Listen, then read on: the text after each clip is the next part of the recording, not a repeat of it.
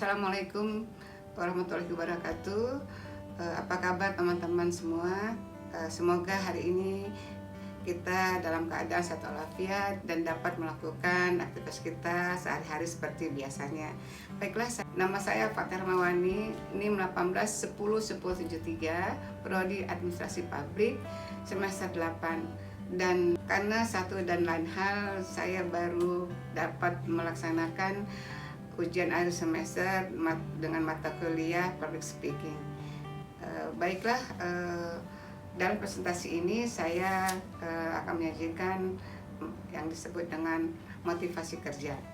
Di dalam era globalisasi dan perkembangan zaman, maka setiap organisasi yang ada, baik itu pemerintahan ataupun itu swasta, kita dituntut untuk mampu melakukan perubahan secara terus menerus dan pencapaian yang mengikuti perkembangan zaman.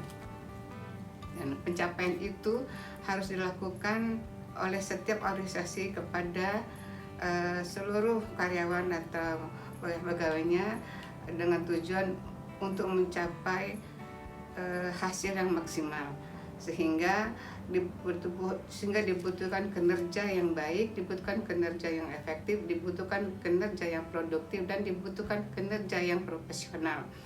Nah, di dalam semua kebutuhan itu bermuara kepada motivasi dan kebutuhan individu, sehingga ada faktor yang mempengaruhi atas motivasi itu, yaitu faktor sumber daya. Nah, sumber daya ini terbagi dua, yaitu sumber daya manusia dan sumber daya non manusia. Dalam hal ini sumber daya manusia adalah seseorang yang berstatus bekerja di organisasi tersebut yang mempunyai peran dan fungsi masing-masing individu. Dan kedua adalah sumber daya non manusia. Sumber daya non manusia adalah sumber daya alam, teknologi, modal, kemudian kemampuan, keahlian, dan seterusnya. Nah, di dalam memotivasi pekerjaan ini, sumber daya manusia lah yang faktor yang paling penting, karena faktor sumber manusia adalah salah satunya yang dominan, di mana faktor sumber daya manusia itu yang mempunyai kemampuan, keahlian, kasar, rasa, kemudian keterampilan, dan juga adalah motivasi. Menurut beberapa para ahli, di mana motivasi itu adalah serangkaian sikap dan nilai-nilai yang mempengaruhi individu untuk melakukan hal-hal yang spesifik sesuai dengan tujuan dan sesuai dengan tujuan individu itu sendiri. Kemudian juga motivasi merupakan elemen penting dalam meningkatkan kualitas SDM. Hal ini dibuktikan dengan kualitas SDM, di mana pada organisasi yang baik akan sangat membantu kegiatan perusahaan jika motivasi itu sudah dilaksanakan dengan semaksimal mungkin. Kemudian motivasi yang lain adalah merupakan kondisi dan energi yang menggerakkan diri atau pegawai itu sendiri, sikap mental dan positif yang terhadap kinerja atau kemudian situasi kinerja yang ada, sehingga membuat motivasi kerja lebih tercapai dan kinerja telah dilakukan semaksimal mungkin.